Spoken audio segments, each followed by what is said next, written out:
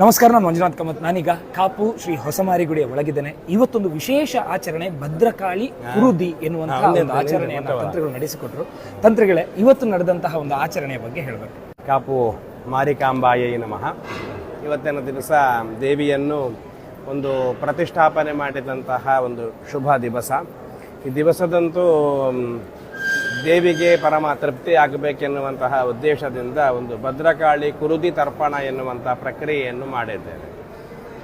ಈ ತರ್ಪಣ ಎನ್ನುವ ಶಬ್ದಕ್ಕೆ ಅರ್ಥವೇ ಯಾವುದನ್ನು ಕೊಡುವುದರಿಂದ ದೇವರಿಗೆ ತೃಪ್ತಿ ಆಗ್ತದೋ ಅದನ್ನು ತರ್ಪಣ ಅಂತ ಕರೆದಿದ್ದಾರೆ ಶಾಸ್ತ್ರದಲ್ಲಿ. ಹಾಗೆ ಭದ್ರಕಾಳಿ ಕುರುದಿ ತರ್ಪಣ ಅಂತ ಕಳೆದರೆ ಭದ್ರಕಾಳಿಯ ಸಂಕಲ್ಪದಲ್ಲಿ ಕುರುದಿ ಅಂತ ಹೇಳಿದರೆ ನಾವು ಓಕೊಳಿ ಅಂತ ಹೇಳ್ತೇವೆ, ಕೆಂಪು ನೀರು ಅಂತ ಹೇಳ್ತೇವೆ. ಅದು ಕೇವಲ ಕೆಂಪು ನೀರಲ್ಲ, ಅದರಲ್ಲಿ ದ್ರವ್ಯ ಸಾಧನೆ ಅಂತ ನಾವು ಮಾಡಿರುವಂತಹದ್ದು. ಅಂದರೆ ಹಳದಿ, ಅದೇ ಪ್ರಕಾರವಾಗಿ ಜಾಯಿಕಾಯಿಯ ಹುಡಿ, ಜಾಯಿಪತ್ರೆಯ ಹುಡಿ, ಇಂಗು, ಸುಣ್ಣ, ಅಕ್ಕಿ ಹಿಟ್ಟು ಮೊದಲಾಗಿರತಕ್ಕಂಥ ಬೇರೆ ಬೇರೆ ದ್ರವ್ಯಗಳನ್ನು ಮಂತ್ರಪೂರ್ವಕವಾಗಿ ಸಿಯಾಳಾದಿಗಳನ್ನು ಕೂಡ ಹಾಕಿಕೊಂಡು ಮಂತ್ರಪೂರ್ವಕವಾಗಿ ನಾವು ಒಂದು ದ್ರವ್ಯವನ್ನು ನಿರ್ಣಯ ಮಾಡಿ ಆ ದ್ರವ್ಯವನ್ನು ಭದ್ರಕಾಳಿಗೆ ತರ್ಪಣ ಕೊಡುವಂತಹ ಒಂದು ಪ್ರಕ್ರಿಯೆ ಅಂತ.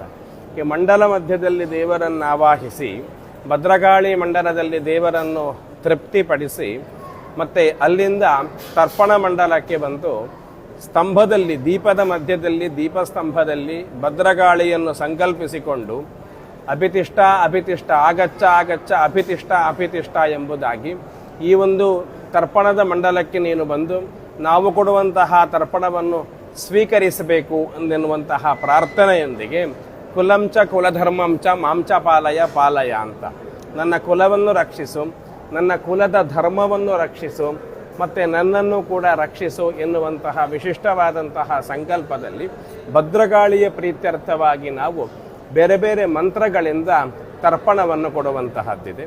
ಈ ಒಂದು ಸಂಗತಿಯನ್ನು ಭದ್ರಕಾಳಿ ಕುರುದಿ ತರ್ಪಣ ಅಂತ ಕರೀತಾರೆ.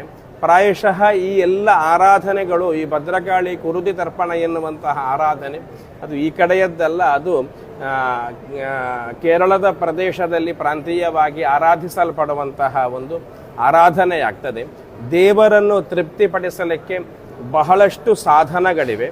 ಅದರಲ್ಲಿ ಒಂದು ಪ್ರಮುಖವಾದಂತಹ ಸಾಧನ ಈ ತರ್ಪಣ ಆರಾಧನೆ. ಹಾಗೆ ದೇವರು ಒಳ್ಳೆಯ ರೀತಿಯಲ್ಲಿ ಈ ತರ್ಪಣ ಆರಾಧನೆಯನ್ನು ಮಾಡಿಸಿಕೊಂಡಿದ್ದಾರೆ. ನಮ್ಮ ಸಂಕಲ್ಪ ಒಂದೇ, ಲೋಕಾ ಸಮಸ್ತಾ ಸುಖಿನೋ ಭವಂತು ಅಂತ.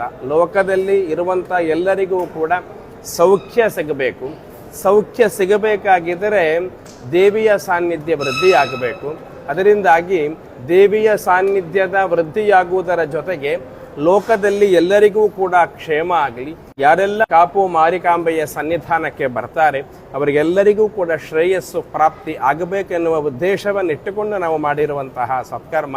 ಇದರ ಫಲ ಸಂಪೂರ್ಣವಾಗಿ ಎಲ್ಲರಿಗೂ ಕೂಡ ಸಾಫಲ್ಯವಾಗಿ ಸಿಗಲಿ ಅಂತ ನಾವು ಈ ಸಂದರ್ಭದಲ್ಲಿ ದೇವರ ಹತ್ರನೂ ಕೂಡ ಪ್ರಾರ್ಥಿಸಿಕೊಳ್ಳುವಂತಹದ್ದು. ನಮಸ್ಕಾರ.